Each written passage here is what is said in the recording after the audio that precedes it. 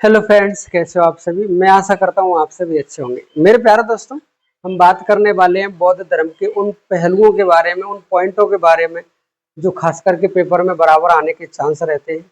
उसमें हम बात करेंगे महात्मा बुद्ध की सबसे ऊंची मूर्ति की। सबसे पहले मूर्ति किस शैली में बनाई गई, सबसे ज्यादा किस शैली में बनाई गई, और मेरे प्यारे दोस्तों, विश्व का सबसे ऊंचा मठ कौन सा है और विश्व का दूसरा सबसे बड़ा मठ कौन सा है। तो हम बात करने वाले हैं इन्हीं मूर्ति, मठ और मेरे प्यारे दोस्तों चैत्य स्तूपों के बारे में। तो हम बात करेंगे बौद्ध धर्म के बारे में। बौद्ध धर्म, बौद्ध धर्म,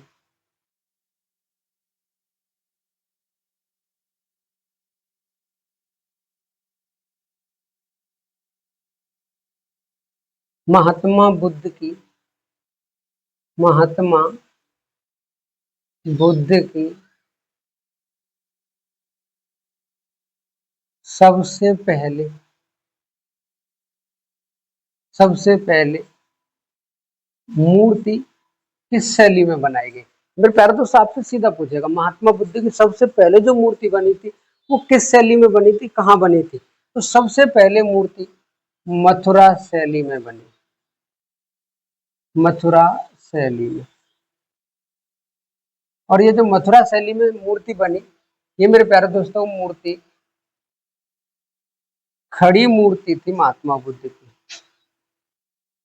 कैसी मूर्ति थी? खड़ी मूर्ति। यानी भारत में सबसे पहले महात्मा बुद्ध की खड़ी मूर्ति किस शैली में बनी थी? तो महात्मा बुद्ध की सबसे पहले खड़ी मूर्ति, यानी जिस तरीके का मैं खड़ा हूं उसी तरीके से मूर्ति खड़ी के आकार में किस कब बनी थी? मथुरा शैली में बनी थी। ये प्रथम शैली में बनी। मेरे प्यारे दोस्तों, अगर हम बात करें यहीं पर महात्मा बुद्ध की, महात्मा बुद्ध की सर्वाधिक मूर्ति, सर्वाधिक मूर्ति किस शैली में बनी है? तो महात्मा बुद्ध की सबसे ज्यादा मूर्ति है ना, वो गांधार शैली में बनी है। कौन सी शैली में? गांधार शैली में। ये दोनों ही क्वेश्चन आ चुके हैं पेपर में। एक तो महात्मा बुद्ध की सबसे पहले मूर्ति किस शैली में बनी? मथुरा शैली में बनी, खड़ी मूर्ति बनी। और सबसे ज्यादा मूर्ति जो महात्मा बुद्ध की बनी वो गांधार शैली में बनी है। मेरे प्यारे दोस्तों, सारनाथ में, सारनाथ, सारनाथ में भूमि स्पर्श, भूमि स्पर्श मुद्रा वाली मूर्ति, मुद्रा वाली मूर्ति, यानी सारनाथ में एक मूर्ति है जो भूमि स्पर्श है, यानी जिस तरीके का पालती मार के उस तरीके से बैठे और हाथ जमीन पर इस तरीके से है, हाथ इस तरीके से एक और दूसरा हाथ जमीन को स्पर्श किए हुए, तो बैठी हुई मूर्ति है। तो जो भूमि स्पर्श सारनाथ में जो मूर्ति है वो किस काल की है? मेरे प्यारे दोस्तों, वो गुप्त काल की है। किस काल में बनी? वो गुप्त काल में। सीधा पूछेगा सारनाथ में जो स्थित मूर्ति, जो भूमि स्पर्श मुद्रा वाली मूर्ति है, वो किस काल में बनी, कौन से वंश के समय पर बनी? मेरे प्यारे दोस्तों, गुप्त काल के समय पे ये मूर्ति बनी। अगर हम आगे आगे वही बात करें कि महात्मा, महात्मा बुद्ध की खड़ी प्रतिमा, खड़ी प्रतिमा किसके समय पर बनी? तो मेरे प्यारे दोस्तों, खड़ी प्रतिमा कुषाण वंश के समय पर बनी और उस समय राजा कनिष्क था। यानी महात्मा बुद्ध की जो खड़ी प्रतिमा बनी है वो कब बनी है? कुषाण वंश के समय पर बनी। उस समय राजा कौन थे? कनिष्क थे। और मेरे प्यारे दोस्तों, अगर आपसे पूछे किसी भी व्यक्ति की, यानी हम ये कह सकते हैं महात्मा बुद्ध को देवता का दर्जा किसने दिया, यानी महात्मा बुद्ध को, महात्मा बुद्ध को देवता यानी भगवान का दर्जा देकर किसने दिया? कनिष्क ने दिया। भगवान का दर्जा किसने दिया? कनिष्क ने दिया। और मेरे प्यारे दोस्तों, ऐसा माना जाता है कि कुषाण वंश में किसी मानव यानी महात्मा बुद्ध की मूर्ति की पूजा प्रारंभ हुई, मूर्ति की पूजा प्रारंभ हुई, महात्मा बुद्ध की मूर्ति की पूजा प्रारंभ हुई। ऐसा माना जाता है कि कनिष्क बौद्ध धर्म की शाखा महायान शाखा का अनुयायी था। यानी कनिष्क बौद्ध धर्म की किस शाखा का अनुयायी था? महायान, क्योंकि महायान शाखा वाले मूर्ति की पूजा करते थे। तो कुषाण वंश के समय पर मूर्ति पूजा प्रारंभ हो रही है। मेरे प्यारे दोस्तों, हम यहीं पर बात करें महात्मा बुद्ध से संबंधित। महात्मा बुद्ध की 80 फीट मूर्ति, 80 फीट ऊंची मूर्ति गया में है। कहां पर है ये? बौद्ध गया में।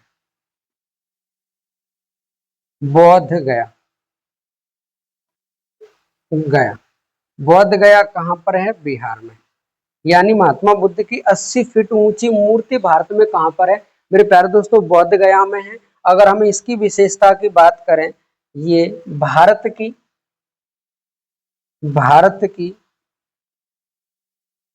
सबसे ऊंची तथा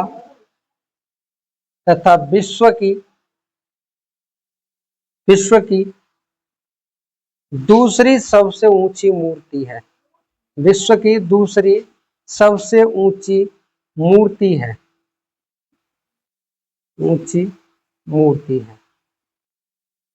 यानी आपसे पूछे विश्व की दूसरी सबसे ऊंची मूर्ति या भारत की सबसे ऊंची मूर्ति, 80 फीट ऊंची मूर्ति महात्मा बुद्ध की कहां पर है?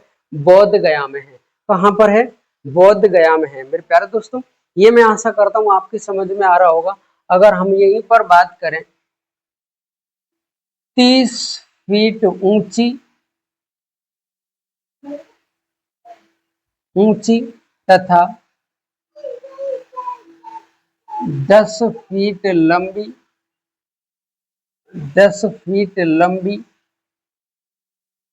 मूर्ति, यानी किसकी है ये? महात्मा बुद्ध की।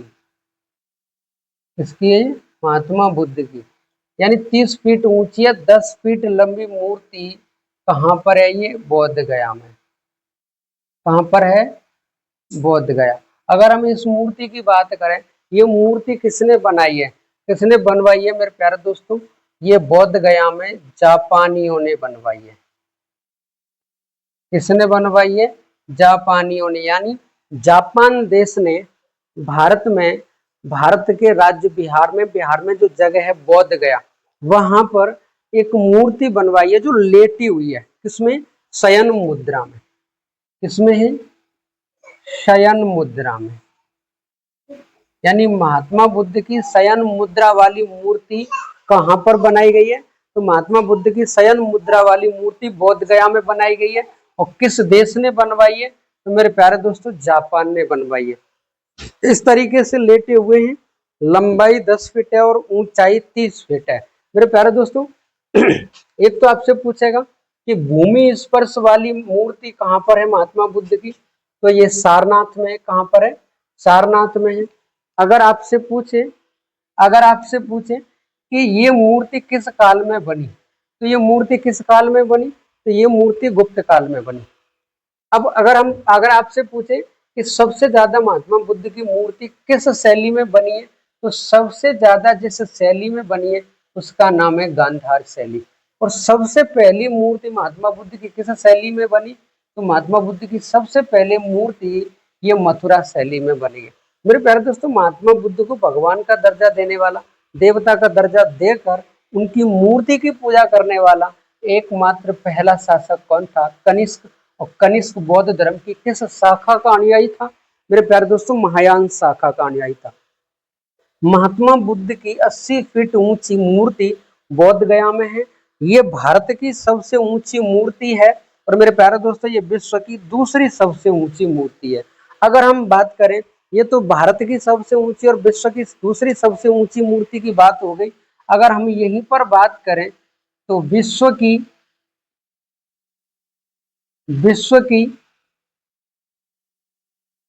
सबसे ऊंची मूर्ति, विश्व की सबसे ऊंची मूर्ति महात्मा बुद्ध की, विश्व की सबसे ऊंची मूर्ति स्प्रिंग टेम्पल बुद्धा किस नाम से है? स्प्रिंग टेम्पल मुद्रा यानी बुद्धा, यानी किस नाम से है? Spring temple Buddha. अगर हम इस मूर्ति की बात करें तो मेरे प्यारे दोस्तों यहाँ 30 मीटर ऊंचा तो कमल का फूल है, उस कमल के फूल पर यह मूर्ति बनाई गई है। मेरे प्यारे दोस्तों अगर हम कमल सहित मूर्ति की ऊंचाई की बात करें, ऊंचाई की बात करें कमल सहित, तो मेरे प्यारे दोस्तों 502 फीट ऊंचा है। कितना है? 502 फीट ऊंचा है। अगर हम कमल को निकाल दें तो मेरे प्यारे दोस्तों इसकी ऊंचाई 420 फीट है। कितनी है? 420 फीट है।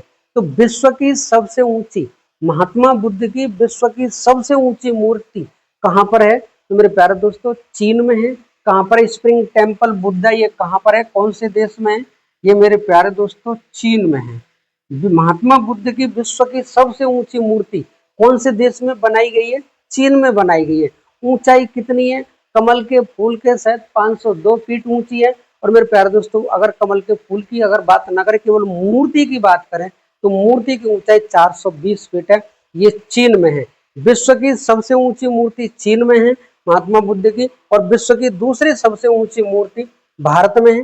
भारत में भी बिहार के बोध गया में है। मेरे प्यारे दोस्तों आप इसको नोट कर लो, हम आगे बात करने वाले हैं महात्मा बुद्ध से संबंधित कुछ महत्वपूर्ण बिंदुओं के बारे में। ये जो जापानियों वाली है, यानी ये जो शयन मुद्रा वाली मूर्ति है, ये वियतनाम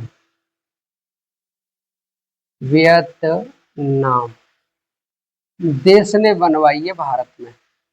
कौन से देश ने बनवाई है? वियतनाम ने बनवाई है। शयन मुद्रा वाली मूर्ति है। और इसकी अगर हम लंबाई की बात करें तो ये 100 फीट लंबी है। कितनी है? 100 फीट लंबी है, 30 फीट ऊंची है। और मेरे प्यारे दोस्तों ये जो 80 फीट ऊंची मूर्ति है ये बनवाई है जापानियों ने। ये किसने बनवाई है? ये बनवाई है जापानियों ने। तो मैं आशा करता हूँ ये सब कुछ आपकी समझ में आया होगा। ये जो चीन वाली मूर्ति है ना, ये इसके हेनान प्रांत में है। किस प्रांत में है? हेनान प्रांत में है। मेरे प्यारे दोस्तों मैं आशा करता हूँ यहाँ तक आपकी समझ में आया होगा। अब हम बात करने वाले हैं महात्मा बुद्ध से संबंधित मठों के बारे में, यानी महात्मा बुद्ध का सबसे बड़ा मठ कहाँ पर है और भारत में सबसे बड़ा मठ कहाँ पर है। मेरे प्यारे दोस्तों अगर हम बात करेंगे भारत की, तो भारत में विश्व का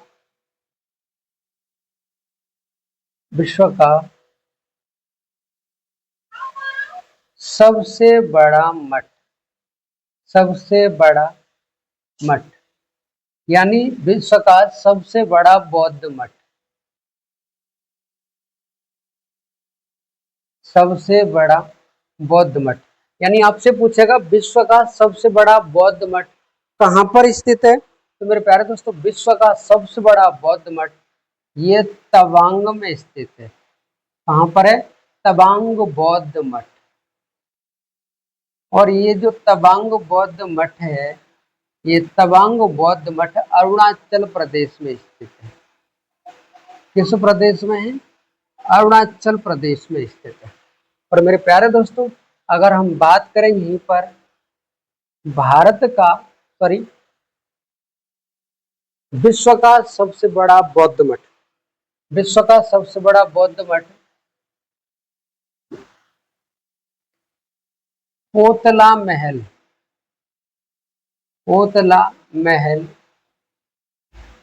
ये पोतला महल है लहासा। कहाँ पर है? लहासा। और ये लहासा है तिब्बत की राजधानी। किसकी राजधानी है? तिब्बत की। तो विश्व का सबसे बड़ा बौद्ध मठ, तो विश्व का सबसे बड़ा बौद्ध मठ है पोतला महल बौद्ध मठ। ये तिब्बत की राजधानी लहासा में स्थित है। मेरे प्यारे दोस्तों अगर हम यहीं पर बात करें भारत का सबसे बड़ा बौद्ध मठ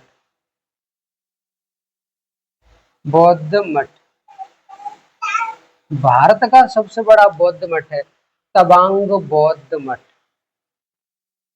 तवांग बौद्ध मठ। और यह तवांग बौद्ध मठ है अरुणाचल प्रदेश में। किसमें है ये? अरुणाचल प्रदेश में।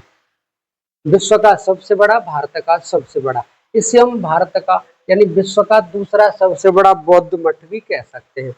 मेरे प्यारे दोस्तों, अगर हम आगे पॉइंट की बात करें, भारत में सबसे पहले धार्मिक जुलूस, सबसे पहले धार्मिक जुलूस, धार्मिक जुलूस अगर किसी धर्म में शुरू हुए थे सबसे पहले, तो वो बौद्ध धर्म में शुरू हुए थे। किसमें? बौद्ध धर्म में। अगर आपसे पूछे ना कि ये जो धार्मिक जुलूस निकलते हैं ना, ये धार्मिक जुलूस सबसे पहले किस धर्म में निकलना शुरू हुआ था, तो मेरे प्यारे दोस्तों सबसे पहले बौद्ध धर्म में धार्मिक जुलूस निकलते थे। अगर हम वहीं पर बात करें आगे अगले पॉइंट की, अगर आपसे पूछे कि बौद्धों की रामायण, बौद्धों की रामायण किसे कहा जाता है, तो मेरे प्यारे दोस्तों बौद्धों की रामायण बुद्ध चरितम को कहा जाता है। बुद्ध चरितम। बौद्धों की रामायण किसको कहते हैं? बुद्ध चरितम को कहते हैं। और ये बुद्ध चरितम किसकी पुस्तक है? अश्वघोष की। किसकी है? अश्वघोष की पुस्तक, यानी अश्वघोष की पुस्तक है बुद्ध चरितम। इस बुद्ध चरितम को बौद्धों की रामायण कहा जाता है। अगर आपसे पूछे बौद्धों का शब्दकोश, बौद्धों का शब्दकोश किसे कहा जाता है, तो अगर बौद्धों के शब्दकोश की बात करें तो बौद्धों का शब्दकोश मेरे प्यारे दोस्तों महाविभाष सूत्र को कहा जाता है। महाविभाषा सूत्र को कहा जाता है। अगर आपसे पूछे बौद्धों का शब्दकोश किसे कहा जाता है, यानी डिक्शनरी किसे कहते हैं बौद्धों की, तो बौद्धों की डिक्शनरी मेरे प्यारे दोस्तों महाविभाषा सूत्र को कहा जाता है। किसको कहा जाता है? महाविभाषा सूत्र को कहा जाता है। अगर हम अगले पॉइंट की बात करें तो कार्य कारण का सिद्धांत किसने दिया है? कार्य कारण का सिद्धांत विश्व में सबसे पहले कार्य कारण का सिद्धांत किसने दिया, तो कार्य कारण का सिद्धांत महात्मा बुद्ध ने दिया। कार्य कारण का सिद्धांत विश्व में सबसे पहले कार्य कारण का सिद्धांत किसने दिया, तो विश्व में सबसे पहले कार्य कारण का सिद्धांत महात्मा बुद्ध ने दिया। अब कार्य कारण क्या होता है आप समझोगे, आप पूछोगे कि कार्य कारण अक्सर होता क्या है। मेरे प्यारे दोस्तों कार्य कारण का मतलब ये है कि संसार में जो कुछ भी है उसके पीछे कोई ना कोई कारण है। अगर कारण है तो मेरे प्यारे दोस्तों उसका निवारण भी है। अगर कोई खुश है तो उसकी खुशी के पीछे कोई ना कोई कारण अवश्य है। अगर कोई दुखी है तो उसके दुख के पीछे कोई ना कोई कारण अवश्य है। अगर मक्खन है तो मक्खन का कारण दही है, और दही का कारण दूध है, और दूध का कारण गाय है, और गाय का कारण उसके मम्मी पापा है। यानी आज के समय पे या कभी भी कोई चीज हो, जहां संसार में, यहाँ दुनिया में जो कुछ भी है वो सब कुछ कारण से है, बिना कारण के कुछ भी नहीं है। मेरे प्यारे दोस्तों आप जानते हो बौद्धों को थेरा कहा जाता है। बौद्धों को क्या कहा जाता है? थेरा कहा जाता है। बौद्धों को थेरा कहा जाता है। बौद्धों को क्या कहते हैं? थेरा कहते हैं। और मेरे प्यारे दोस्तों ये जो बौद्धों को थेरा कहा जाता है, इनकी जो पद्धति है, इनकी जो पद्धति है उसी को थेरेपी कहते हैं। उसी को क्या कहते हैं? थेरेपी कहते हैं। तो बौद्ध जो होते हैं, बौद्ध भिक्षु उन्हें थेरा कहा जाता है। उनकी जो कार्य करने की विधि, कभी वो धार्मिक आस्थाओं पर ध्यान रख करके काम नहीं करते, कभी वो धार्मिक चीजों को, कभी वो आस्था को मानकर काम नहीं करते, वो हमेशा तर्क पे काम करते हैं। कोई चीज खोजते हैं उसके पीछे कोई ना कोई कारण होता है, और वही कारण मेरे प्यारे दोस्तों जो खोज होती है उसे क्या कहते हैं? वो थेरेपी कहते हैं। ये ही थेरेपी यूरोप में पहुंची, यानी ये ही कहाँ पहुंची? यूरोप में। और यूरोप में जहां लोगों ने देखा कि यूरोप में ही न्यूटन पैदा हुआ, न्यूटन के सिर पर सेब गिरा, तो आप जानते हो कहा जाता है कि जब न्यूटन के सिर पर सेब गिरा तो न्यूटन ने सोचा कि ये सेब ऊपर से नीचे गिरा है, जब नीचे गिरा है तो कोई ना कोई कारण है, क्योंकि जब गिरा है तो कारण अवश्य है, और जिसका कारण है उसका निवारण भी है, क्योंकि महात्मा बुद्ध ने यही कहा है कि दुख है, दुख का कारण भी है, अगर दुख का कारण है तो उसका निवारण भी है। तो मेरे प्यारे दोस्तों, पहले कारण को खोजो फिर निवारण को खोजो।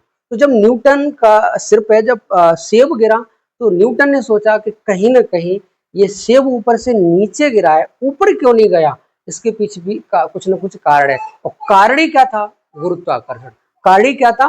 गुरुत्वाकर्षण। कहीं ना कहीं ये धर्म हमेशा वैज्ञानिकवाद की सोच की बात करता है, कहीं ना कहीं ये साइंटिफिक तरीके से सोच की बात करता है, ये कभी अंधविश्वास की बात नहीं करता, ये कभी ऐसी बातों को नहीं करता जिससे कोई तर्क, कोई भी अर्थ ना निकले। लेकिन हकीकत ये कि इनके पीछे जब भी ये किसी थ्योरी पे काम करते, जब भी जिस वो उस पे काम करते प्रोजेक्ट, एक तरीके से प्रोजेक्ट पे, तो कहीं ना कहीं उसकी तह तक जाते। तो मेरे प्यारे दोस्तों, ये जो बौद्ध भिक्षु थेरा कहलाए, इनकी जो पद्धति है वो थेरेपी कहलाए। ये थेरेपी यूरोप में पहुंची, वहां अगर कारण खोजा लोगों ने तो कारण को देखते हुए लोगों ने निवारण भी खोजा।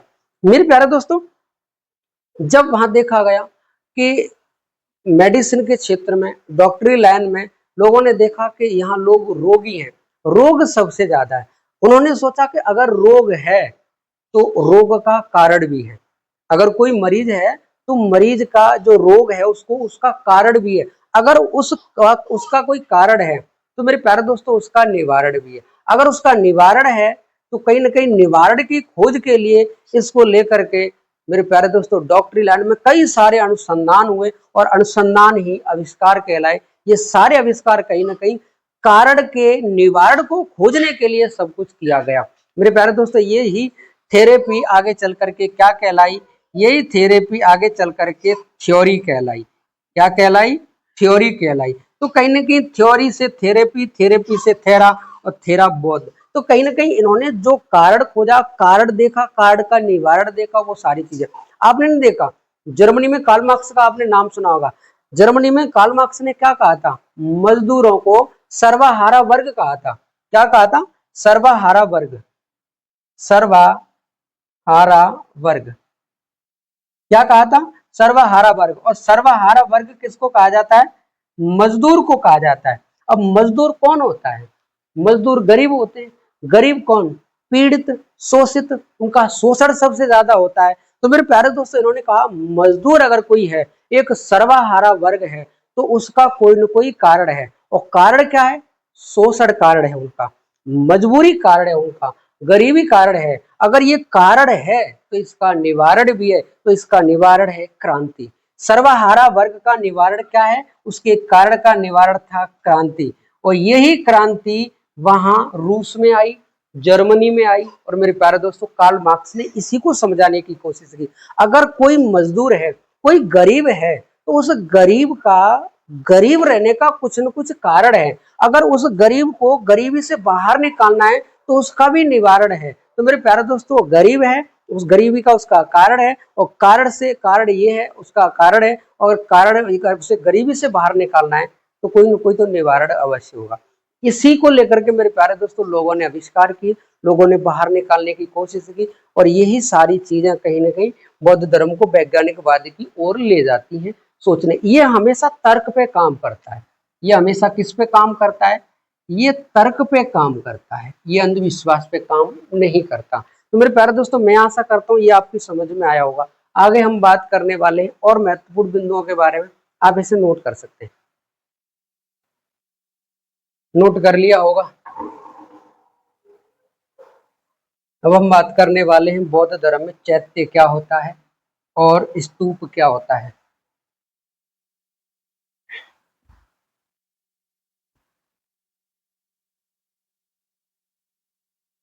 यानी बौद्ध धर्म में चैत्य किसे कहा जाता है? चैत्य। बौद्ध धर्म में चैत्य किसे कहा जाता है? तो बौद्ध धर्म में चैत्य पूजा स्थल को कहा जाता है। बौद्ध धर्म में चैत्य किसको कहा जाता है? पूजा स्थल को कहा जाता है। और मेरे प्यारे दोस्तों एक नाम आपने सुना होगा, स्तूप। स्तूप किसे कहते हैं? तो बौद्धों के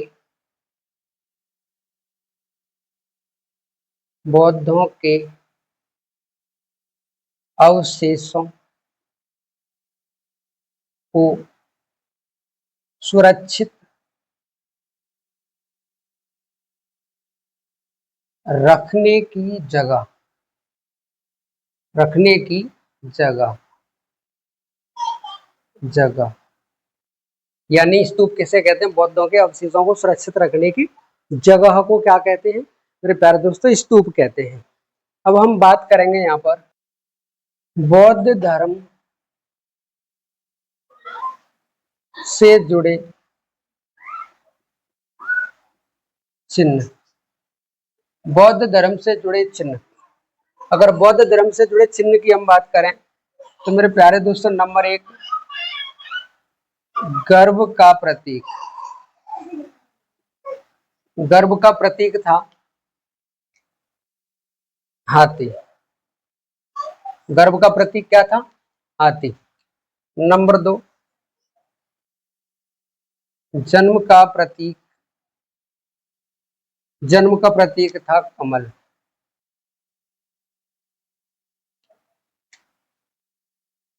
और युवावस्था, युवावस्था का प्रतीक, युवावस्था का प्रतीक था सांड। युवावस्था का प्रतीक क्या था? सांड। और नंबर 4 की बात करें तो ग्रह त्याग, ग्रह त्याग का प्रतीक, ग्रह त्याग का प्रतीक था घोड़ा। ग्रह त्याग का प्रतीक क्या था? घोड़ा। और ग्रह त्याग की घटना को क्या कहा जाता है? महाविनिष्क्रमण। ग्रह त्याग की घटना को क्या कहते हैं? महाविनिष्क्रमण। और मेरे प्यारे दोस्तों नंबर 4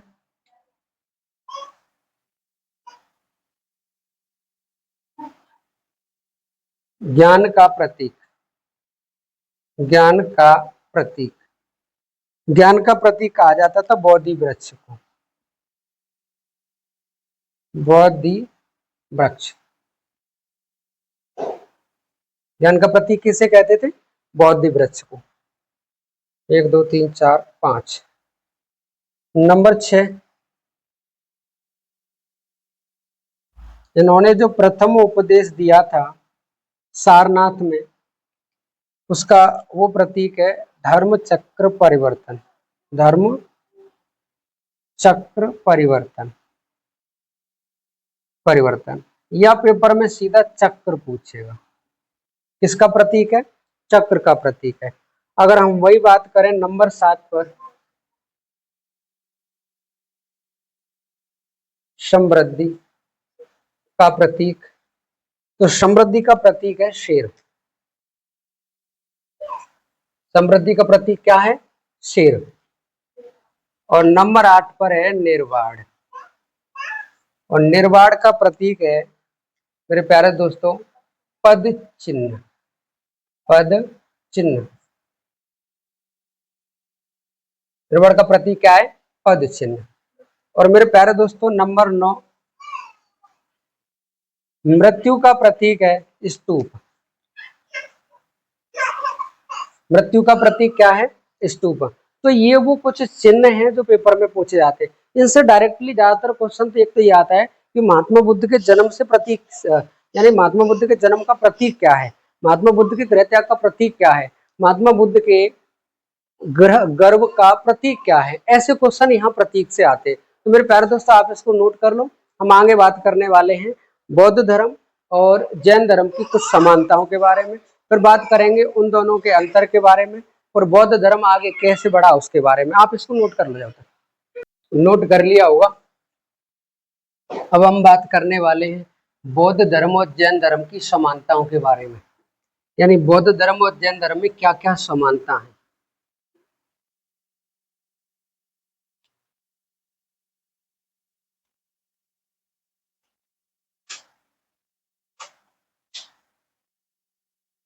बौद्ध धर्म तथा जैन धर्म में समानता, यानी बौद्ध धर्म और जैन धर्म में समानता। हम बात करने वाले हैं बौद्ध धर्म तथा जैन धर्म में समानता की। मेरे प्यारे दोस्तों, ये जो बौद्ध धर्म जैन धर्म में जो समानता है वो क्या है?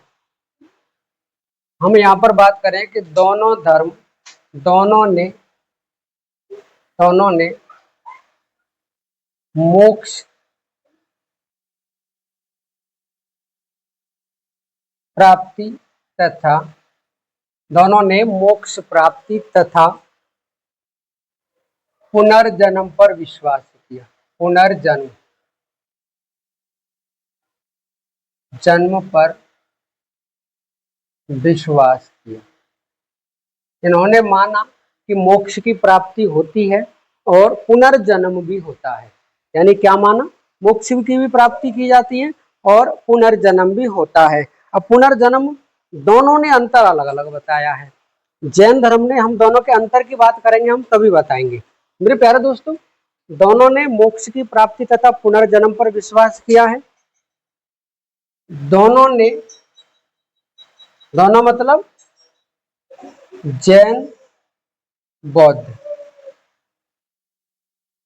जैन और बौद्ध दोनों ने मूर्ति पूजा तथा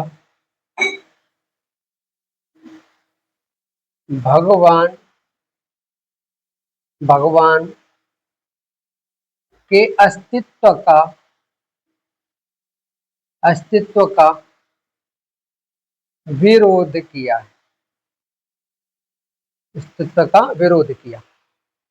और तीसरा पॉइंट ये है, दोनों ने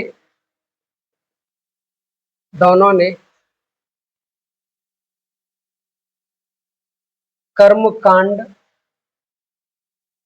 तथा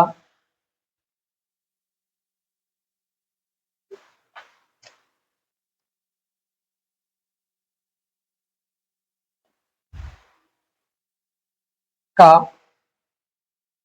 विरोध किया। दोनों ने कर्मकांड का विरोध किया।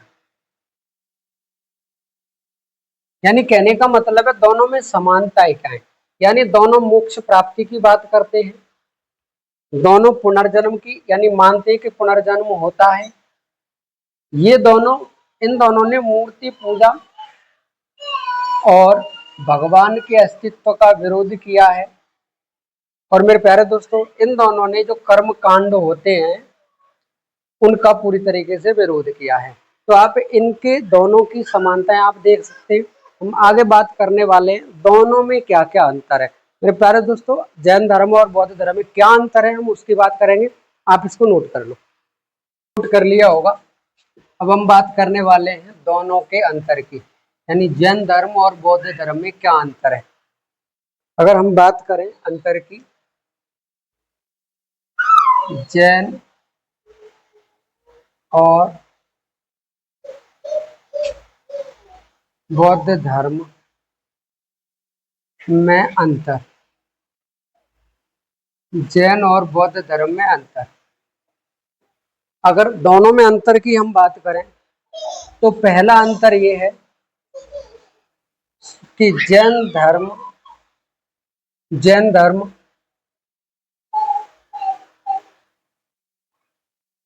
पुनर्जन्म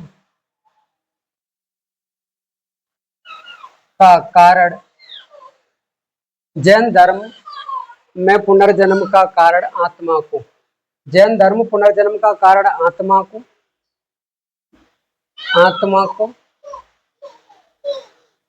जबकि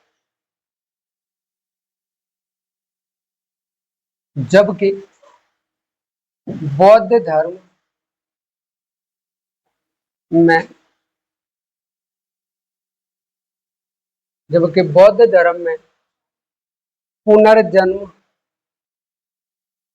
पुनर्जन्म का कारण अधूरी इच्छाओं को माना है। अधूरी इच्छा को माना है। यानी दोनों में अंतर क्या है? पुनर्जन्म की तो दोनों बात करते हैं, दोनों धर्म पुनर्जन्म की बात करते हैं कि पुनर्जन्म होता है, दूसरा जन्म होता है, इंसान दूसरा जन्म लेता है, लेकिन दोनों ने कारण अलग अलग बताए। जैन धर्म तो कहता है कि आत्मा मरती नहीं है, शरीर मरता है और आत्मा के कारण ही मनुष्य दूसरा जन्म लेता है, ये जैन धर्म कहता है। लेकिन बौद्ध धर्म कहता है नहीं, अगर मान लो इस धर्म में इंसान ने जो इच्छा की और वो इच्छा पूरी नहीं हुई, अगर मनुष्य की इच्छा अधूरी रह गई, तो उस अधूरी इच्छा का कारण ही मनुष्य जन्म का दूसरा का यानी मनुष्य का दूसरा जन्म का कारण बनेगा। अधूरी इच्छा ही मनुष्य के दूसरे जन्म का कारण बनती है, ये बौद्ध धर्म कह रहा है। मेरे प्यारे दोस्तों, दूसरा पॉइंट ये है, जैन धर्म में मोक्ष की प्राप्ति के लिए मोक्ष की प्राप्ति के लिए संलेखना इसे कहते हैं संथारा विधि। संथारा विधि को अपनाया जाता है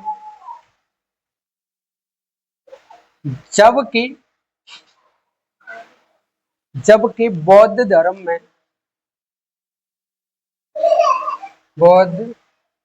धर्म में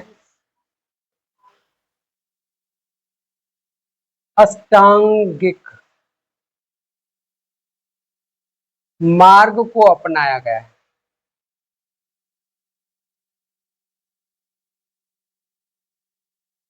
अष्टांगिक मार्ग का मतलब है बीच का रास्ता। और मेरे प्यारे दोस्तों, तीसरा पॉइंट ये है,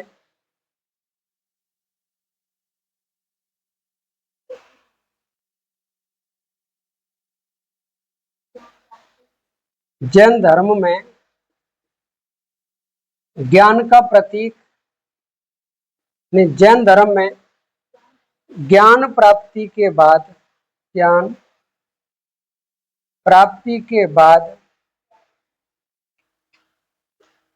कैवल्य कहा जाता है। और मेरे प्यारे दोस्तों, बौद्ध धर्म में ज्ञान प्राप्ति के बाद संबोधि कहा जाता है। संबोधि क्या कहा जाता है? संबोधि कहा जाता है। मेरे प्यारे दोस्तों, कहीं कहीं किताबों में कुछ गलत प्रिंट हो गया है, लेकिन हकीकत यही है कि जैन धर्म में ज्ञान प्राप्ति के बाद कैवल्य कहा जाता है और बौद्ध धर्म में ज्ञान प्राप्ति के बाद संबोधि कहा जाता है। तो ये 3 पॉइंट हमने देखे हैं समानता में, और 3 ही पॉइंट हम देख रहे हैं कहाँ पे, जैन धर्म और बौद्ध धर्म में अंतर। तो अंतर आप स्पष्ट याद रखना, क्योंकि पेपर में लाइन जब बन जाती है कि जैन धर्म में पुनर्जन्म का कारण आत्मा को माना है, तो बौद्ध धर्म में पुनर्जन्म का कारण क्या है। मेरे प्यारे दोस्तों, ऐसे क्वेश्चन बनते हैं, आप इसको नोट कर लो। आगे हम बात करने वाले हैं बौद्ध धर्म के आगे बढ़ने का कारण क्या था, इसके बारे में नोट कर लिया होगा। अब हम बात करने वाले हैं बौद्ध धर्म से संबंधित कुछ विश्वविद्यालयों के बारे में, जिनसे अक्सर करके पेपर में क्वेश्चन बनता है। मेरे प्यारे दोस्तों, अगर हम बात करें बौद्ध धर्म से संबंधित विश्वविद्यालयों के बारे में, विश्वविद्यालय तो बौद्ध धर्म के जो विश्वविद्यालय जो बौद्ध धर्म की शिक्षा देने के लिए जो बनाए थे, हम उनसे संबंधित बात करेंगे। बौद्ध धर्म से संबंधित विश्वविद्यालय, सबसे पहला विश्वविद्यालय बनाया गया था जिसका नाम था नालंदा विश्वविद्यालय। नालंदा विश्वविद्यालय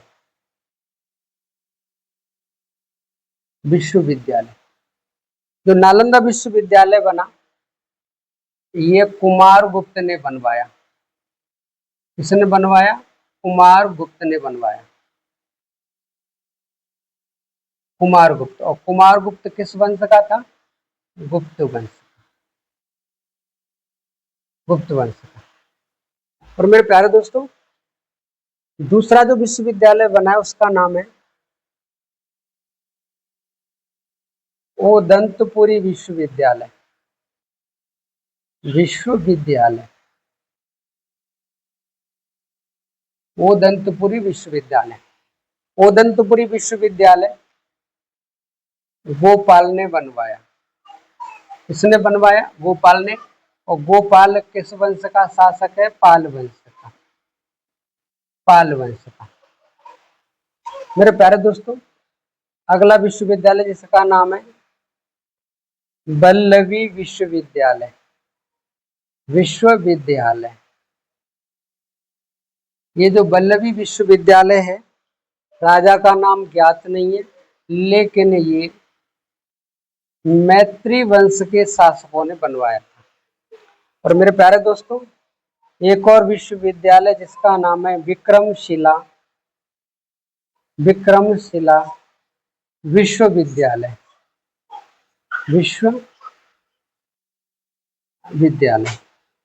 यानी ये जो विक्रमशिला विश्वविद्यालय ये बनवाया था धर्मपाल ने। धर्मपाल। और धर्मपाल किस वंश का शासक है? तो धर्मपाल है पाल वंश का। मेरे प्यारे दोस्तों, अगर हम बात करें, ये बिहार में स्थित है।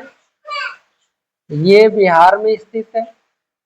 ये बिहार में स्थित है, लेकिन ये गुजरात में है। कहाँ पर है ये? गुजरात में है। ये 4 विश्वविद्यालय हैं जो बौद्ध धर्म से संबंधित हैं। मेरे प्यारे दोस्तों, अगर हम बौद्ध धर्म और जैन धर्म में थोड़ा सा अंतर ये देखें कि बौद्ध धर्म कैसे आगे बढ़ा और जैन धर्म थोड़ा कैसे पीछे रह गया, तो इसमें अंतर ये है कि जो जैन धर्म की जो भाषा थी वो प्राकृत थी। हम इससे अगला धर्म ही जैन धर्म पढ़ने वाले हैं। जैन धर्म की जो भाषा थी वो प्राकृत थी, जो उस समय की कठिन भाषा थी, जो उस समय हर किसी का समझ में नहीं आती थी। लेकिन उस समय जो पाली भाषा थी, उसका बोलबाला था, वो लोकप्रिय भाषा थी, वो आम जन की भाषा थी। इसीलिए महात्मा बुद्ध की जो भाषा है पाली, वो लोगों की अच्छी तरीके से समझ में आ गई। मेरे प्यारे दोस्तों, जैन धर्म में निर्वस्त्र रहने की जो एक प्रथा थी वो चल रही थी, लेकिन बौद्ध धर्म में निर्वस्त्र रहने की ऐसी कोई प्रथा नहीं थी। इसीलिए लोग एक तरीके से नग्न अवस्था को, निर्वस्त्र अवस्था को वो लोग असभ्य मानते थे, असभ्य प्रतीत मानते थे। इसलिए लोग निर्वस्त्र रहने के कारण वो लोग जैन धर्म में न जा पाए, उन्होंने बौद्ध धर्म स्वीकार किया। तीसरी बात यह है कि जैन धर्म में अहिंसा पर, और मेरे प्यारे दोस्तों, जैन धर्म में अहिंसा पर बहुत फोकस किया गया। अहिंसा के साथ साथ मेरे प्यारे दोस्तों, उन लोगों ने ब्रह्मचर्य का पालन किया। लेकिन ये अहिंसा और ब्रह्मचर्य पे बौद्ध धर्म में ज्यादा ध्यान नहीं दिया गया। मेरे प्यारे दोस्तों, जैन धर्म नारी सम्मान की बात नहीं करता है और बौद्ध धर्म नारियों को बराबर का अधिकार देने की बात करता है। यहीं पर हम बात करें कि जैन धर्म को ज्यादा बड़े बड़े राजाओं का समर्थन नहीं मिला, लेकिन बौद्ध धर्म को बड़े बड़े राजाओं का समर्थन मिला, विदेशी राजाओं का समर्थन मिला, विदेशों से समर्थन मिला। अगर हम जैन धर्म की बात करें तो जैन धर्म में जैसे खारवेल जैन धर्म का समर्थक था।